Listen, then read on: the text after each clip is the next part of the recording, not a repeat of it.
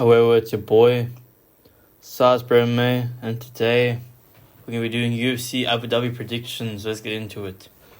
First of all, David Grant versus Damon Blackshear. I don't remember how Damon Blackshear fights, and David Grant is a scrapper, so I think it'll be a good fight overall. I'm not predicting it. Then Muhammad Yahya versus Stephen Nguyen. I don't remember how both these guys fight, so I don't know. Hopefully it's a good fight. Then Martin Buday versus Marcus Pacheco. I don't think I ever paid attention to these guys ever fight in my life. And even if I'd maybe have watched one of these guys fight, it was with zero attention span. So yeah. Then Ibo Aslan versus Billy Elekana. I've seen Ibo Aslan fight, and he's a scrapper. All his fights are very entertaining. I think he got knocked out in his last fight. But hopefully Ibo Aslan wins that one, because I like Ibo Aslan. Then Muslim Saikov versus Carlos Leal. Carlos Leal looked really good in his last fights against Alex Morono, beat him up basically.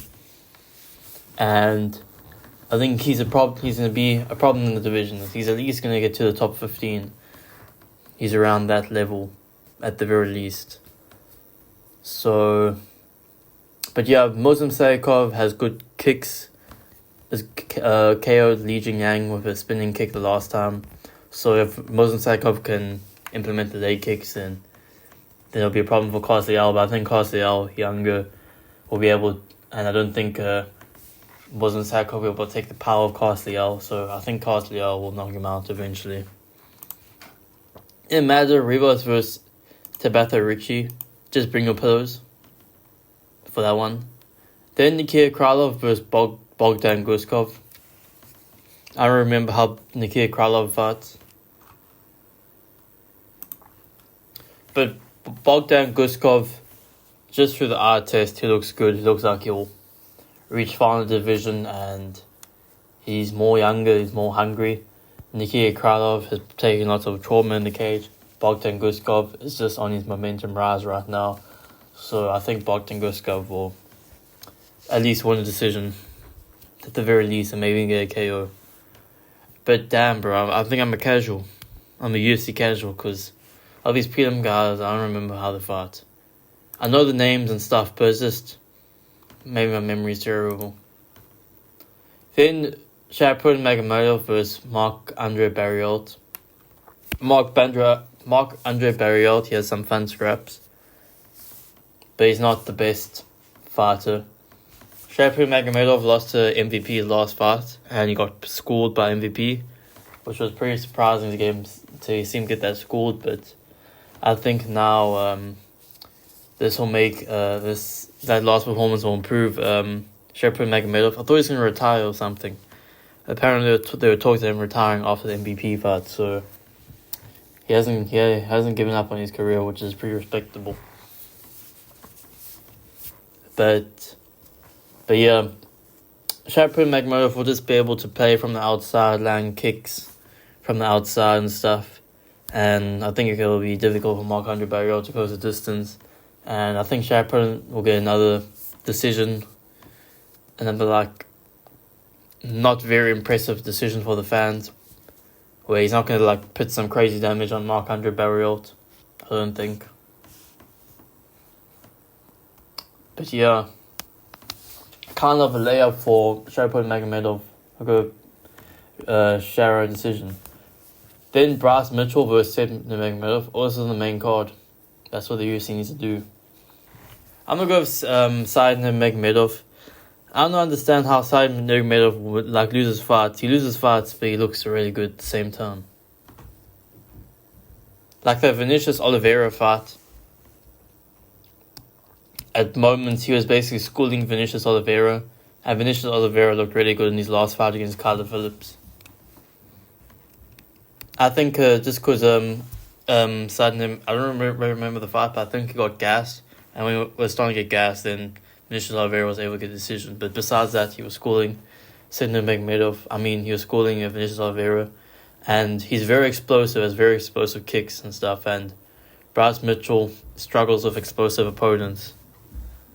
And I think size is going to have a speed advantage. But people are worried about Bryce Mitchell going down to bantamweight, but I heard from an interview that he feels more comfortable at bantamweight, so that's good for him. But I think Satan McMahon's going to be too fast, too explosive, and we'll get a decision. Maybe Bryce will be able to take him down, and I think he'll be able to hold Satan Nurmagomedov, but yeah, I think Satan Nurmagomedov is going to get the decision, but hopefully Bryce Mitchell wins it. Then Peter Yan versus Marcus McGee. I'm obviously going to go with Peter Yan, but I think it's going to be one of his closer fights. I think Marcus McGee will land better shots on Peter Yan than Corey Sandhagen did. Marcus McGee is athletic, he's explosive, he's slick on the feet, and he's very good at landing shots on like a small target. He's very good at finding your chin from different angles and yeah, I'm just yapping at this point. But just because Marcus McGee's had 11 UFC fights and doesn't mean he's not good if you actually watch him fight and see his highlights. You can definitely see his talented on the feet, his athletic.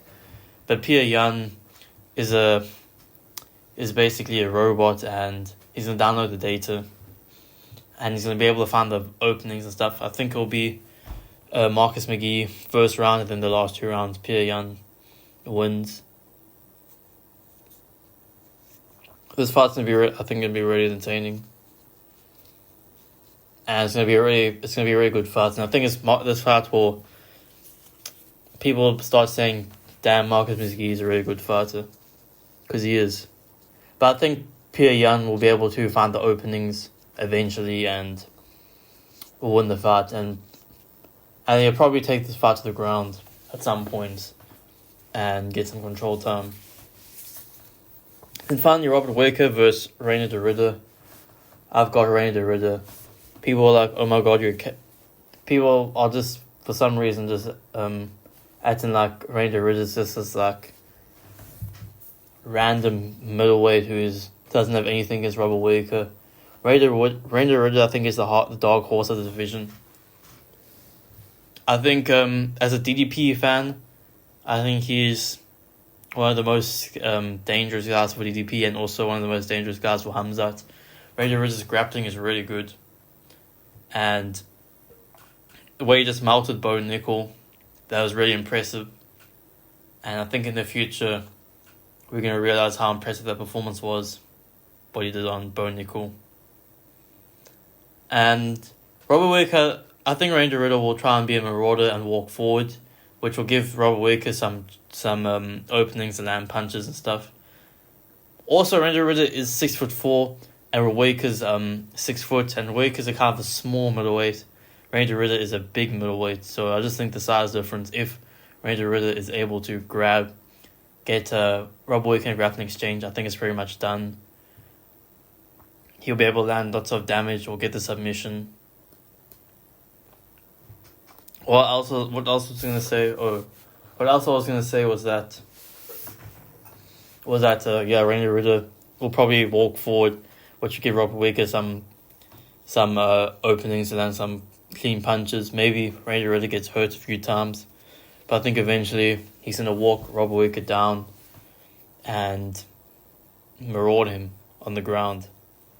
We're starting to get these grappling marauders in the UFC now, who like throw in the clinch and stuff like that, and it's very entertaining. Like Alexander Gustafsson, and there's a few other guys who I forgot their names, and Reinier de Ridder now. Now we're getting marauder grapplers, which I think is a very entertaining style, in my opinion. The guys who just melt you in the clinch, and Reinier de Ridder is one of them. And if Reinier de Ridder gets Robert Whittaker in the clinch, oh my god, it's just the size, the height. Have you seen how thick Reinier de Ridder's torso is? It's like Reinier de Ridder's torso is so big. It's like he's like putting stones in there. It's like he's like storing like stuff in there, like it's his inventory. It's like his frame is so massive. He's an absolutely massive middleweight. It's crazy this guy makes middleweight. And Robert Wick is a small middleweight, so yeah, it's your boy Salisbury MMA.